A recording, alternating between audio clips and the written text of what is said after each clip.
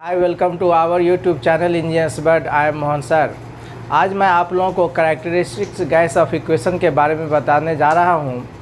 इससे पहले मैं आपको आइडियल गैस का कंसेप्ट दिया था और इससे पहले आप हमारे लिंक से छूटा हुआ चीज़ को आप देख सकते हैं।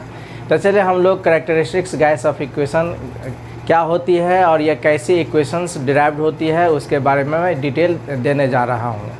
जैसे कैरेक्टरिस्टिक गैस इक्वेशन हमारा it is a combination of the pressure volume temperature का एक रिलेशनशिप है। The combined relationship between volume हम लोग देखेंगे characteristics gas equation. Characteristic gas equation, characteristics gas equation, इसी को हम लोग characteristics equation of A gas भी बोलते हैं और इसी को क्या बोलते हैं, characteristic equation of A gas, दोनों नाम से जानते हैं। तो it is the combination of pressure volume temperature, ये हमारा कम्बिनेशन है, उसी को हम लोग प्रेशर वॉल्यूम टेम्परेचर, जैसे आप देखिए P V equal to M R T. Then we can say it is the combined formation of pressure volume and temperature of any gas is known as the characteristic gas equations. It is derived from the combinations of Boyle's and Charles law. According to Boyle's law, we know that pressure is inversely proportional to volume at T is constant. At T is constant. जब हम किसी gas का temperature constant temperature पर, वो हमारी relationship होती है PV relationship for Boyle's law, pressure is directly inversely proportional to 1/v और v is inversely proportional to 1/p। Let us consider equations 1। मान लिया जाए मैं इसको इक्वेशंस 1 कंसीडर किया। Now according to Charles law, ये था आपको बॉयल्स लॉ। एज पर बॉयल्स लॉ हमारा हो गया v is inversely proportional to 1/p, equation 1। According to Charles law v is directly proportional to t at constant pressure. जब हम प्रेशर को कांस्टेंट रखेंगे तो हमारा वॉल्यूम जो होगी डायरेक्टली प्रोपोर्शनल टू टेम्परेचर होगा। Late us consider equation 2। ये हमारा दो इक्वेशंस हुई। Now the combination of both equations first and second we have, देखिए लेफ्ट साइड में हमारा वॉल्यूम है तो हो जाएगी volume is inversely proportional to T upon P।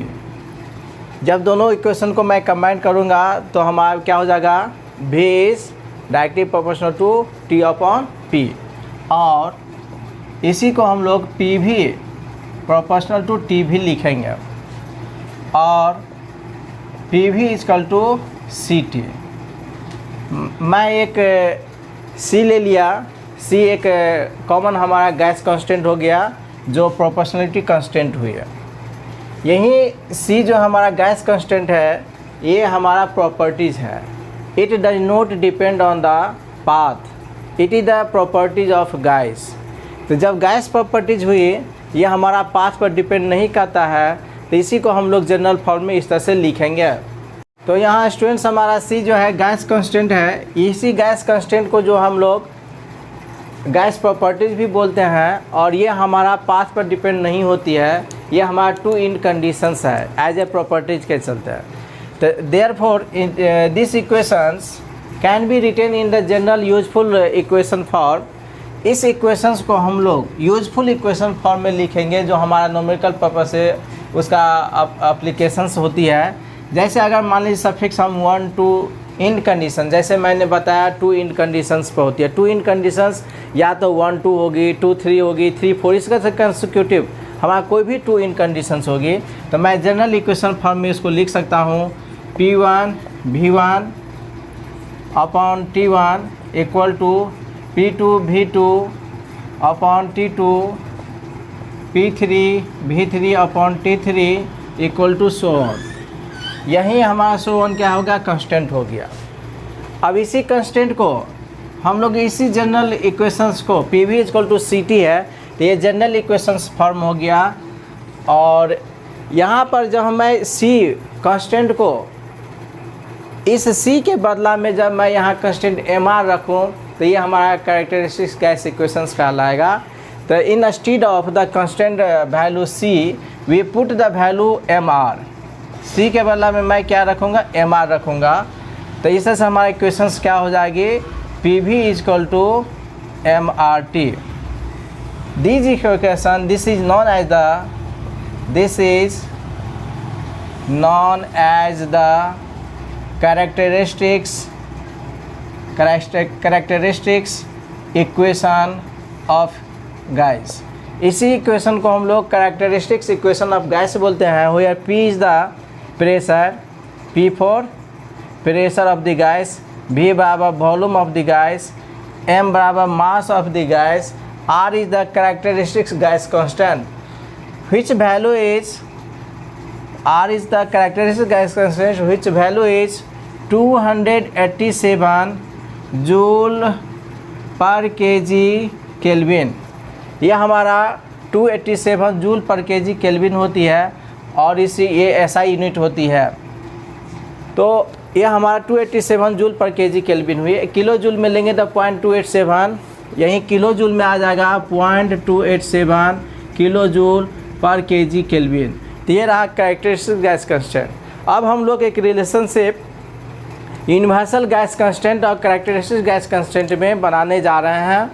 Students, ये हमारा यूनिवर्सल गैस कांस्टेंट होगी जिसमें हम लोग R सफिक्स U लगाएंगे तो यूनिवर्सल गैस कांस्टेंट हो गया।